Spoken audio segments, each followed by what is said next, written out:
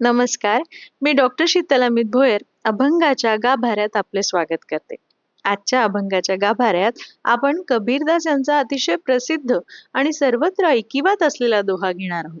तर दोहा असा आहे, काल करे सो आज करे सो अब, पल में परलय होएगी बहुरी करेगा कब. वेळेचा सदुपयोग आणि आळसाचा त्याग करण्याची प्रेरणा मिळते या दोहापासून. बरं, तुम्ही म्हणाल हा दोहा तर सर्वश्रुत आहे आणि अर्थ देखील सोपा आहे. तर हा दोहा घेण्यामागचं प्रयोजन काय? तर मंडळींनो, प्रयोजन असं की आजच्या दोह्याला सिद्ध करायला जे उदाहरण आहे ना, ते फार विशेष आहे. बरं बरं हे व्यक्तिमत्व असं आहे, म्हणजे जे उदाहरणामध्ये मी व्यक्तिमत्व जे आपण घेतोय ते असं आहे की कुठलाही अभंग असू दे किंवा कुठलाही दोहा असू दे, तर हे व्यक्तिमत्व त्यात अगदी तंतोतंत बसतं. हे व्यक्तिमत्व दुसरं तिसरं कोणी नसून आपले सर्वांचे छत्रपती शिवाजी महाराज आहेत. छत्रपती शिवाजी महाराज आपल्या 49 वर्षाच्या कालखंडामध्ये सतत कार्यमग्न होते. कार्यमग्न म्हणजे इतके कार्यमग्न की वयाच्या 16व्या वर्षी तोरणा किल्ल्यावर चढाई केली.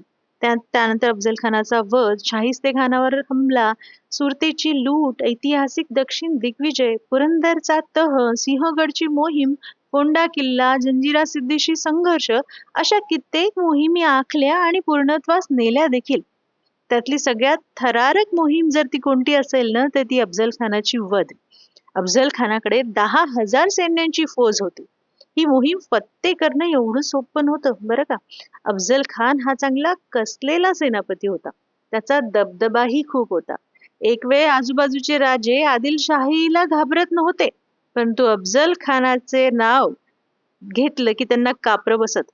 अफजल खान येतोय असं ऐकल्यावर कित्येक राजांनी हात बांधून शरणागती पत्करलीये, अशी उदाहरणं आहेत बरं. त्यामुळेच या मोहिमेमध्ये शिवाजी महाराज मारले जाणार ही चर्चा जास्त होती.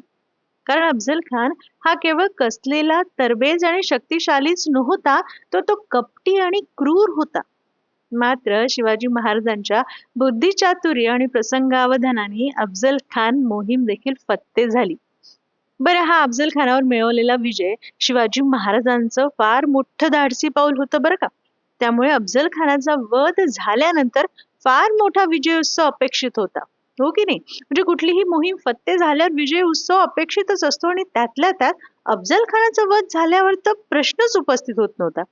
परंतु मंडळींनो, 10 नोव्हेंबर 1659 ला अफजल खानाचा वध झाला आणि 10 नोव्हेंबर ते 28 नोव्हेंबर या 18 दिवसात महाराज कुठे होते, महाराज काय करत होते, हे जर आपल्याला कळलं ना, तर खरे राजे काय होते हे आपल्याला उलगडेल.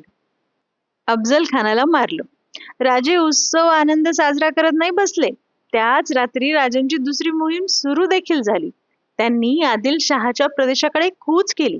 तिकडेच अफजल खान मारला गेला ही बातमी आदिलशाही प्रदेशात पोहोचते न पोहोचते, ते शिवाजी राजे आक्रमण करून येत आहे ही बातमी पोहोचली.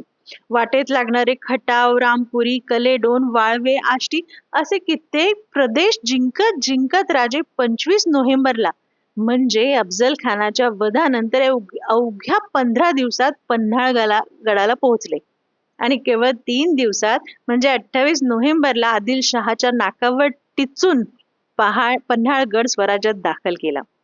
बरं, केवळ एक मोहीम त्यावेळेला सुरू नव्हती. सगळ्यात महत्वाचं, त्याच वेळी नेताजी पालकर हे गदग, तिकोटे, गोकुळा, हुक्केरी हे प्रदेश काबीज करत निघाले, आणि इकडे दारोजी कोकणात अफजल खानाची गलबत लुटायला निघाले.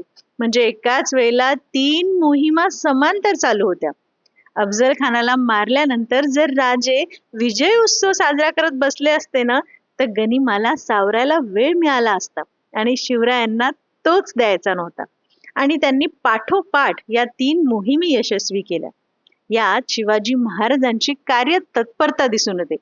एकाच वेळी साधलेल्या या 3 मोहिमी जणू एखाद्या त्रिशूळाप्रमाणे आदिलशहाच्या छाताडावर महाराजांनी रोवल्या होत्या. राजे न प्रत्येक संकटामागची संधी शोधत असत आणि त्या संधीचं सोनं देखील करत असत.